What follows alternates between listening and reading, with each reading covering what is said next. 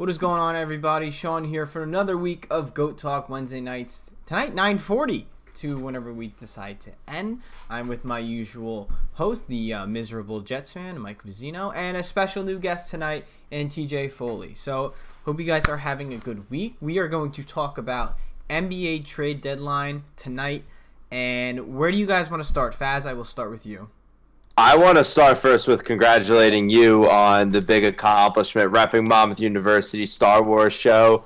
Well, I don't remember the exact title of the award, but I think it was like Program of the Year or something like that across the entire country. It was a national award, so congratulations to you and for repping the small but mighty Monmouth University. Thank you, Faz. I appreciate that. It was most creative and innovative radio show in the nation for my Star Wars show. So I'm more than just sports. I do Star Wars too, Thursday nights 8 to 10 on the X. So if you're interested in that, you can tune in as well.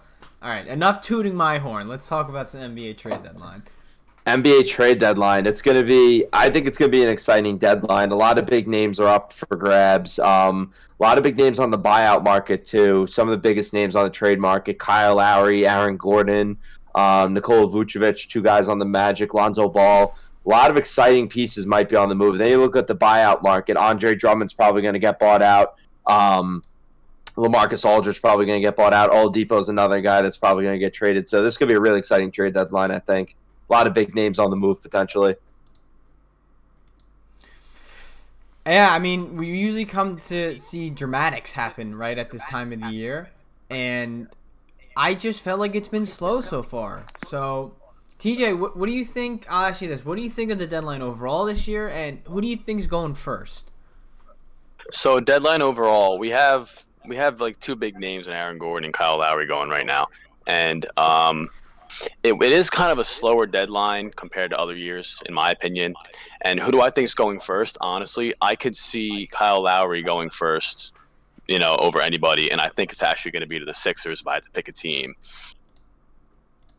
I feel like Lowry to the Sixers has been rumored for a while now too, and I agree. I think that's where if Lowry gets traded, I think that's where he's gonna go, personally.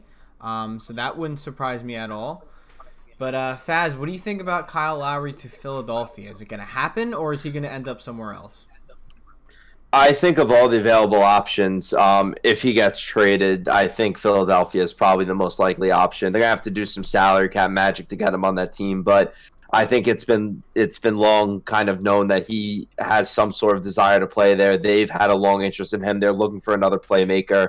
Of all the available options, though, I actually think he stays put. I don't think they pulled the trigger on a Kyle Lowry trade. But if I had to bet he was going to go anywhere, I think the first choice has to be Philadelphia. If there's another team that might kind of sneak their way in there, the Miami Heat are always involved in trade talks for every available superstar or star caliber player. So I think they're another team to watch. My dark horse team for Kyle Lowry, though, is the Lakers. I'm kind of quote robbing Woj from TV today, but he said not to keep the Lakers out of conversations. And with the Lakers reeling and dealing, you never know. They don't have LeBron and Anthony Davis for at least another month, so they're going to be looking for a viable player to keep them afloat. But if I had to put money on it, I'd say either Philadelphia or he stays in Toronto. And I mean, Lakers, I can't see Kyle Lowry in a Laker uniform. That just doesn't. It would be weird. It would be very strange to me. I think he's staying put. I don't think he's going anywhere. I think, like you said, Philly has some salary problems if they wanted to bring him in. That would be interesting to see how they handle that. I think he stays with Toronto, at least for this season. I could see him playing for Philadelphia in the future just because he has ties there with Villanova and stuff. But I think Kyle Lowry stays put. Yeah, definitely. And also, I think that since he's going to be a free agent, I'm pretty sure next year anyway, that they could just pick him up if he doesn't get traded this year. So they could just wait that out. Like, they're not in too much of a rush. So we got Kyle Lowry covered. We mentioned Aaron Gordon. I know Aaron Gordon was on the thumbnail, and we got to talk about Gordon as, Faz is a Magic fan here. Faz, what are the overall thoughts on Aaron Gordon? Listen, first off, before I talk from a Magic standpoint, I think of all the players that are potentially on the move, I think he's the one that is the most likely to be traded. He's made it very clear he doesn't want to play in Orlando anymore. he's been dangled around on the trade deadline virtually for the entire season. Portland was in talks to get him earlier in the year before he went down with, I think it was a knee injury or an ankle injury. But I think of everyone, he's the one that, if I had to bet my entire bank account on getting traded, it would be Aaron Gordon. As a Magic fan, it's painful, but I mean, listen, I get it. Since the moment he got drafted there, he's been in an uncomfortable situation. He's never been used the way a player like him should be used. He's been moved around a bunch of different positions. They played him at small forward for a year or two, which isn't his natural position. They finally play him at power forward. Then you draft Jonathan Isaac, who's another, small forward, power forward type player. They've always shored up the front court with a bunch of players, always had a bunch of forwards. So he never really had the opportunity in Orlando. So, as a fan, it hurts because he's a really talented player, but I hope he goes somewhere where he could maximize his potential. And that team, as much as I hate to say it because I'm not a fan of them at all, but I think that team is Boston. The Celtics have been linked to him for a while now. I think they're a team that, even though he wouldn't be a first, second, or even a third option on that team, I think they're going to maximize him as a defensive player. They're going to maximize his floor spacing, his athleticism. I think he'd be a really good fit in Boston. But long story short, it hurts. But if I had to put money on anybody on the trade block right now to get moved, it would probably be Aaron Gordon. I mean, Magic have drafted Aaron Gordon-esque players, it felt like, for the last 5 years, with Jonathan Isaac, I know. Gordon. You could keep going, but these long, athletic guys. And it doesn't surprise me that Gordon wants out. He just seems like a frustrated player, and honestly, he's seemed like a frustrated player ever since the dunk contest shenanigans, with Dwayne Wade giving him a 9, or wherever it was. And it sounds stupid to say that it can have an effect on him, but he just hasn't seemed the same since then, if that makes sense. No, you're right. I don't think he's what Boston needs. And I think we'll get to it later, but I think what Boston needs, and I've talked about this on this show before, is to go get Andre Drummond and to get rebounding, or to just let Robert Williams start. I think those are Boston's best two options. I don't think Aaron Gordon's going to solve a lot of the problems that Boston has. Other than Boston, I don't know where Gordon can go. I could see him going somewhere just to throw a hot take out there, like San Antonio, just because they have so many pieces to trade there, so many guards depth. With Derek White coming back and playing well, he's another piece that could get traded. So I'm just gonna go out there on a limb and say maybe San Antonio. But I think you're right. I think he gets dealt. The one I'm more curious about is if Vucevic's gonna get dealt. But we can talk about that after TJ says what he thinks about the whole Aaron Gordon situation. So with Aaron Gordon, I'm actually going to have to agree with you, Sean, on the whole thing. I can't see him in Boston. I know they're one of the top players to get him, maybe. But I also heard that the Nuggets might be one of the teams up there right next to him to probably get him, maybe use his playmaking ability and get him next to Jokic to see what they can do in Denver. Because I know in the beginning of the year they were struggling, but now they're starting to pick it back up. And to really get over that, that hurdle they need to get to be one of the better teams in the West, if they add a player like Aaron Gordon, someone with his caliber, they'll really get to that point they need to get to. Another guy, because we talked about Aaron Gordon's because of Faz being a Magic fan, I think it's only fair that I throw it back to me and talk about Laurie Markkanen since I'm a Bulls fan. Faz, what do we think about Laurie Markkanen? Laurie Markkanen's a really interesting case, and I'm going to tie this in with Lonzo Ball for a second because the rumors I've been seeing all day is some sort of Lonzo for Markkanen swap. Really? By the way, New Orleans, terrible fit for Laurie Markkanen. I don't think it's a good fit for him at all, but I think he's such a talented player, and I feel like he's in such a weird situation in Chicago. I would love to see Markkanen get moved. Is he going to get moved? Is Chicago actually going to pull the trigger and trade him? I don't know. An interesting team that I saw him linked to today actually was Minnesota, who's been long in the hunt for a power forward. Interestingly enough, they had him, they drafted him, but they traded him in the Jimmy Butler fiasco. But I would like to see Markkanen get traded. If I had to pinpoint a team, though, that's where it's going to be difficult for me. I feel like a lot of teams could use a guy like him, a big man that can shoot. If I'm willing to bet, I do think that some sort of Lonzo Ball trade is going to go down with Chicago, so I'd probably have to say New Orleans. But just to throw a dark horse out there, Dallas, get another guy like similar to Porzingis in the front court for Luka Doncic to kick it out to shoot threes. I just think it would be an interesting fit there. So I would say Dallas, and similar to your point to San Antonio, I feel like the Spurs would be a good fit for Markkanen too. They have a lot of wings and guards that they could trade that Chicago would really like on that team. So I guess we'll have to wait and see if he gets traded, but I think there's going to be a lot of teams lining up to make a play for him if Chicago officially makes him available. I think I didn't hear about the Lonzo stuff to Chicago, which to me I'm confused on what the plan is with Kobe White then. But yeah, thinking about Laurie Markkanen, and like I like Laurie, but I'm also okay with him getting traded as a Bulls fan just because we have that crowded. We have all the bigs with Wendell Carter and stuff. And I like Daniel Gafford a lot, who comes off the bench for Chicago. So if Markkanen goes, you should probably see Gafford get more minutes, which I'll like to see. But I think a team to keep in mind, and a team that I didn't think were going to trade this player, but until I heard the news today, is the Golden State Warriors have put Kelly Oubre on the trade block. Yeah. So I could see maybe a Kelly Oubre, Laurie Markkanen-esque trade. I could also see Laurie on Minnesota. It's Minnesota's not shy to dealing players to Chicago. That's how they got Zach LaVine in a trade. They also got Chris Dunn in that trade as well. But it wouldn't surprise me to see Minnesota. Minnesota can need any help they can get. They should be a much better team than they are this year. They're very under the radar bad to me. So maybe Laurie helps them. I don't know. I don't know what the answer is for the Timberwolves because they should be better this year. But I don't know. I could also see like a team like Toronto trying to go in and say, hey, we're not out of the East yet. We're going to make a late push here and get Laurie Markkanen. I don't know if Laurie Markkanen's that guy, though. I don't know. He's young. He's still very young, but I don't know if he's that guy to going to make a difference. So where you value Laurie Markkanen is the question. And as you said, I feel like he could end up on so many different teams because he's on that rookie contract and because he could probably fit in with a lot of different teams and form a lot of different deals when you think about it, because it's like, well, what's your goal with Laurie? Are you building a team for the future? Are you in win now? Because I could see value in both. So we'll see where he goes. TJ, what do you think? So when it comes to him, I really think you guys listed a really good amount of teams there. Minnesota, actually, I didn't know that until just now. That really stood out to me since they are so bad this year, even though I don't think they should be because they have so many decent weapons on their team. If they really just try and like throw a Hail Mary here and get a player like him, a young guy who's still, coming up, he's like not even in his prime yet, maybe he could work some magic, make the team way better next to Karl Anthony Towns, D'Angelo Russell, and see what they could really do.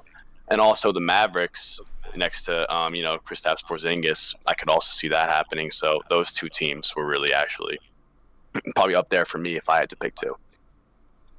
So we'll see what happens with him. And now I have a player that if I asked you guys this maybe 2 to 3 days ago, I bet your answers would be different because I want to talk about Devante Graham and what's going to happen with him now. Now, Lonzo is out, or LaMelo, one of the Ball brothers is out for the season right now. I'm tripping on the first name right now, but he is out for the season for Charlotte. And Devante Graham saw a huge decrease in minutes once he came back from injury. He wasn't even seeing 20 minutes a game, but now Ball's out for the season. So what does Charlotte do? Because they have a piece in Devante Graham coming off Most Improved Player of the Year who would probably get some value in the trade market. But do you keep him and try to make a run in the playoffs? Because Charlotte is not playing that bad this year. I believe they're in contention of a playoff spot. That's tough because they are in contention for a playoff spot, but at the same time, their best player arguably best player just went down for the season. So I think the Charlotte situation is really interesting. They do have their first round pick this year, I think. So do they kind of tank out the rest of the season and try to acquire another young piece? Or do they finally get out of the slump and make a playoff push? Either way, I think they have a really valuable trade piece in Devante Graham because I don't think he's in that team's long-term plans. He's a valuable scorer that can come off the bench, and he's on a super cheap contract, too. I'm pretty sure his salary is not even $2 million a year. So he's on a great deal. It just depends what Charlotte does. They've been linked to a couple of different guys at this trade deadline. I saw some stuff that they were linked to Aaron Gordon, Vucevic. They were also linked to Laurie Markkanen. I saw something with those two teams. I even think Lonzo Ball was kind of in the conversation for Charlotte. So Charlotte could potentially be one of those teams that nobody expects to make noise at the trade deadline, but quietly pull the trigger on a couple of moves. And I think Devante Graham, of anybody on that team, is going to be that valuable trade chip that they're going to be able to dangle and say, we want Lonzo Ball, we'll give you Devante Graham. We want Laurie Markkanen, we'll give you Devante Graham. He's going to be a super powerful and super valuable trade chip, I think, for Charlotte. And if they decide to pull the trigger, make some moves, maybe make a bit of a playoff push, or even if it's not a playoff push, even if they just want to move Graham for some young talent, I don't think he's in that team's long-term plans, and he's a really valuable trade chip. I'm going to keep my point brief here because I kind of touched on it in the opening part. But I think pre-ball injury, Graham goes. Now, I think they're going to keep Graham and just run him and Terry in the backcourt there to try to make this and get into the playoffs because Charlotte has won some pretty interesting games, and I think Terry Rozier is playing really, really good, like unnoticeably good, averaging over 20 points per game this year. He's finally putting up numbers to what that contract looked like when he signed it a couple years back. Gordon Hayward's looking like himself again to a degree, and a lot of people are just playing very well for Charlotte. So if I'm Charlotte, I'm keeping Graham because Graham was a reliable scorer last year, and he was a good scorer before LaMelo Ball took the starting lineup role. But I'm keeping Graham and see where I can make it in the playoffs. I'm gonna have to agree with you on that too, Sean, because there's a fork in the road here. It's either they tank it out, like Mike said, they tank it out and then they see what happens with that, and they trade him, or they fight with Hayward and Rozier, like you said, is having a really good year, and they see what they can do with those three guys and see if they can make a playoff push. Just see what they got out of the guys they have now. So yeah, we'll see. I want to talk about, well, first off, we have someone in our chat saying Lonzo to the Celtics. So real quick, what do you guys think about that? I mean, what would that deal even look like? Is Kemba gone at that point? So I have to disclose that this is one of my friends. Someone in our friend group thinks that they could beat and guard Lonzo Ball 1v1, and he's a Celtics fan, so there's a bit of an inside joke there. But honestly, Lonzo, is he a starting point guard? Is he back? Lonzo's having a great year. He is. He's become a really great 3-point shooter. Boston, I know it's a joke with our friend group, but it would be interesting to see Lonzo on the Celtics. I'm going to throw out a crazy dark horse team for Lonzo Ball if in the event he gets traded. He just said your friend just said Marcus Smart for Lonzo Ball. God, I feel like Celtics fans would hate that trade. I would never do that. I think Marcus Smart is way too valuable to what Boston does. But Faz, continue. He's like their team captain. He's one of their most valuable players. He was linked to some Aaron Gordon trades. I think Boston pulled him out of those rumors. But anyway, Lonzo Ball. This is my dark horse team for Lonzo. I think Philadelphia makes a play for Lonzo Ball if they can't get Kyle Lowry. I think the Eastern Conference is so tight right now. Brooklyn continues to make moves to shore up their bench and complete their roster. Milwaukee's always going to be in contention. Boston's a team that, although they're not performing to their standards this season, you never know what you're going to see out of them in the playoffs. So I think every team in the East is going to be kind of clawing their way up to try to one-up one another. And Philly's one of those teams. They're desperate for another playmaker. They want a guard. They've made it very obvious. So if Kyle Lowry doesn't work out, why not go after Lonzo Ball? He's another playmaker who he could either start or come off the bench depending on the matchup. He's become surprisingly a really good 3-point shooter. He's shooting over 40% from 3 this season. Great playmaker, really good defender, and he's a big guard, 6'6", 6'7". He could be a valuable piece to that Philadelphia team late in a playoff run. And, I mean, if I'm them, am I valuing him over Kyle Lowry? I don't know. But if you could get Lonzo Ball on a much more team-friendly deal where you're not giving up as much draft collateral, as much bench players, why not make a play for Lonzo Ball? They're my dark horse team that might get Lonzo tomorrow. I think any team would improve by the addition of Lonzo Ball. I think he's so far out of this LeVar Ball nonsense and drama that you're finally seeing what Lonzo Ball is supposed to be. And I mean, I could see the Sixers working because he fits that, they would actually have a point guard there instead of Ben Simmons being the point guard.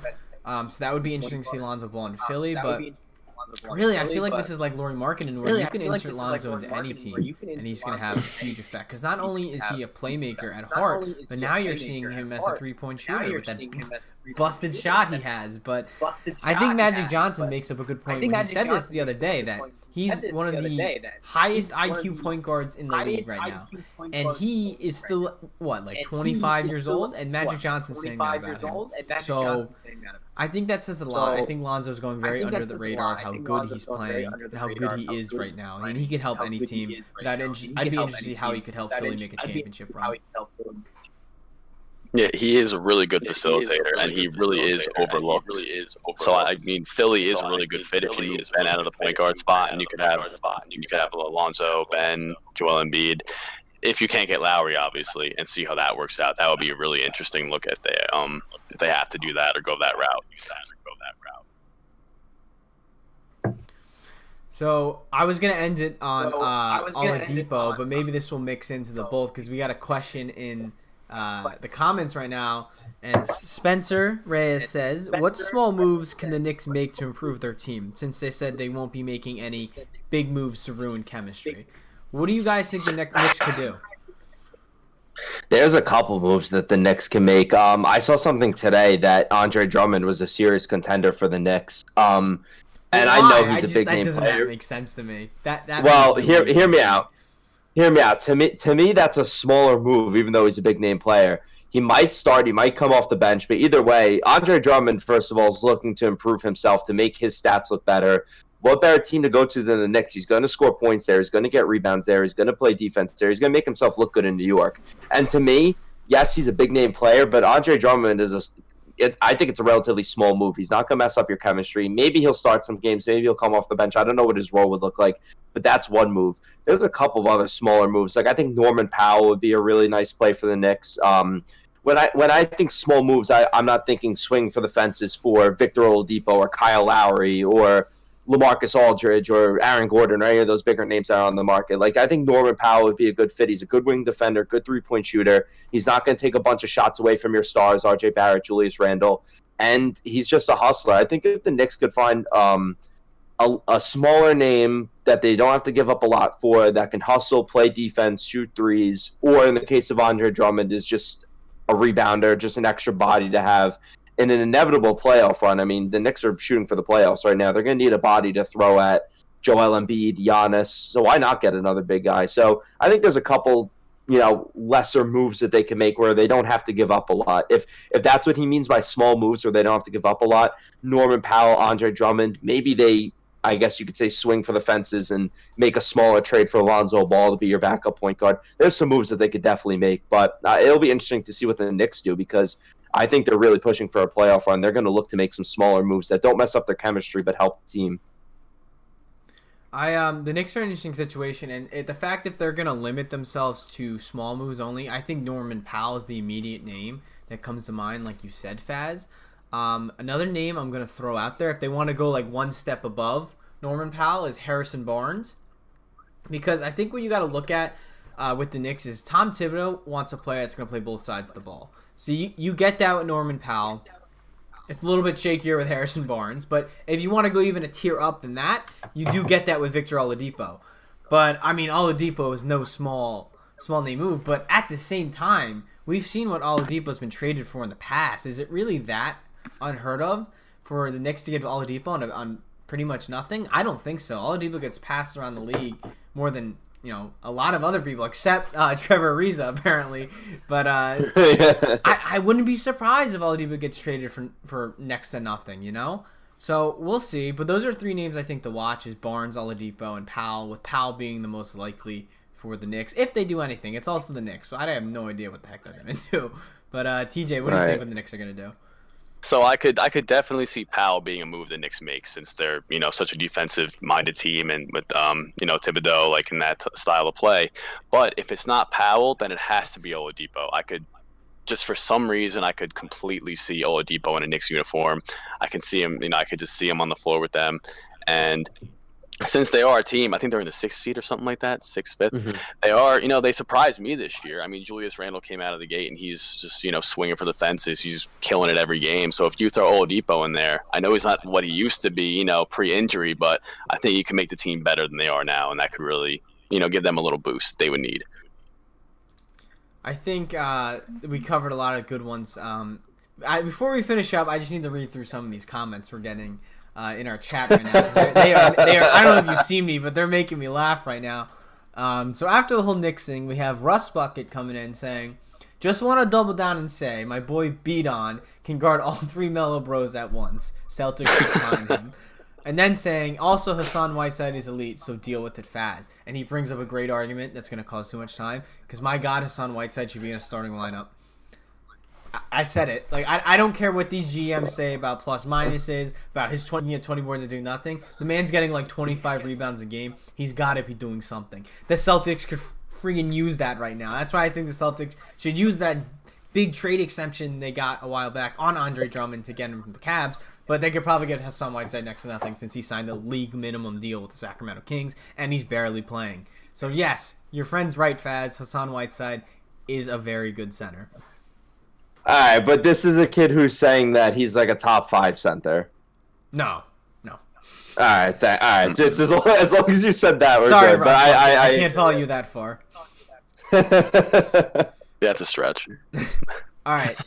That's all we got for tonight here on Go Talk. Make sure you follow us on Instagram. It's g.o.a.t._talk. You can follow us on Twitter as well. We are live every Wednesday night right here on Hawk TV's YouTube. And we'll be back next week at 9:30. So stay tuned for then, and you can get all the updates on the social media. Hope everyone has a good week, a safe weekend, and stay safe from COVID.